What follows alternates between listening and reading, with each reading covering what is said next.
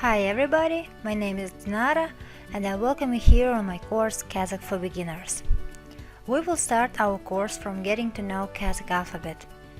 Before we start, I would like to touch just a little bit of history of Kazakh alphabet. So first, Kazakh used Arabic alphabet, and then from 1929 to 1940, Latin alphabet was in use. And finally, in 1940, Kazakh, like any other nations living in the former Soviet Union, was required to use Cyrillic alphabet, which is still in use in Kazakhstan. So now, Kazakh alphabet contains 42 letters, 33 from the Russian alphabet and 9 additional letters for the sound of Kazakh language.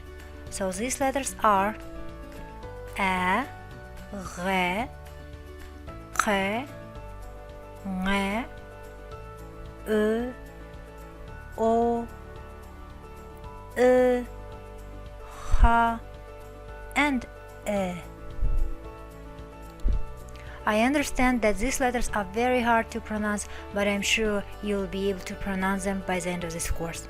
But anyway, if you need any help, if you have any questions, please drop me a message or leave me a comment and I will be more than happy to help you and answer any of your questions.